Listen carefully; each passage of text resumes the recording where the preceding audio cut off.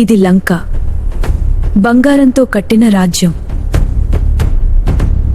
కాని ఆ రాజ్యాన్ని పరిపాలించేది ఒక మహా గొప్ప రాక్షసుడు, రావణాసురుడు. ఆయన కోపం అంటే అగ్ని లాంటిది, ఆయన గర్వం అంటే హిమాలయ లాంటిది.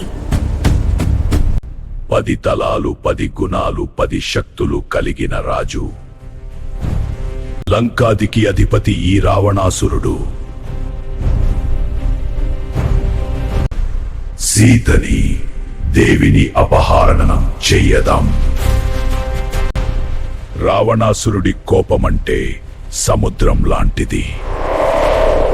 ఆయన గర్జిస్తే లంక మొత్తం కమ్మేస్తుంది, రాక్షసులు కూడా. రాక్షసులు ఆయన ముందు భయపడతారు. కాని ధర్మం ముందు అధర్మం ఎప్పుడు గెలవదు. శ్రీరాముడు లంకకి వచ్చినప్పుడు ఆ బంగారు రాజ్యం అగ్నిలో కలిసిపోయింది. రావణుడు మహా శక్తివంతమైనడు కాని గర్వం ఆయన్ని నాశనం చేసింది. ఇది లంకరాజు రావణాసురుడి కథలో ఒక భయంకర నిజం. ఈ కథను ఇష్టపడితే లైక్ చేసి షేర్ చేయండి, సబ్స్క్రైబ్ అవ్వండి. మళ్ళీ మన నెక్స్ట్ స్మార్ట్ స్టోరీకి రెడీ అవ్వండి.